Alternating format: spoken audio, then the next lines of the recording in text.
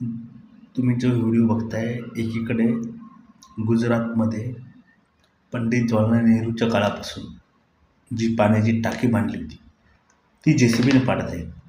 आणि एकीकडे जी टाकी दिसते ती गुजरात मॉडेल नरेंद्र मोदी यांची आहे, की उद्घाटन केल्यानंतर दुसऱ्या दिवशी पाणी भरलं आणि पाणी भरल्या भरल्या ती कोसळली आणि हे भ्रष्टाचाराचं मॉडेल दिसतंय.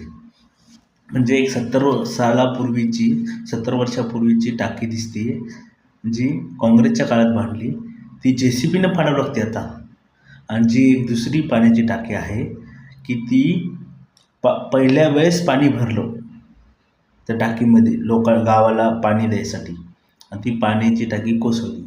म्हणजे विकासाचं मॉडेल कसं आणि आपल्या रुपयाची किंमत कशी कमी झाली ते पण बघा.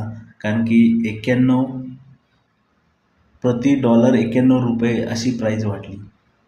देशाची साख पण गिरेगी असं मोदी म्हणत होते 2014 साली. आता कुठली साख गिरते तेच कळायला मार्ग नाही. धन्यवाद.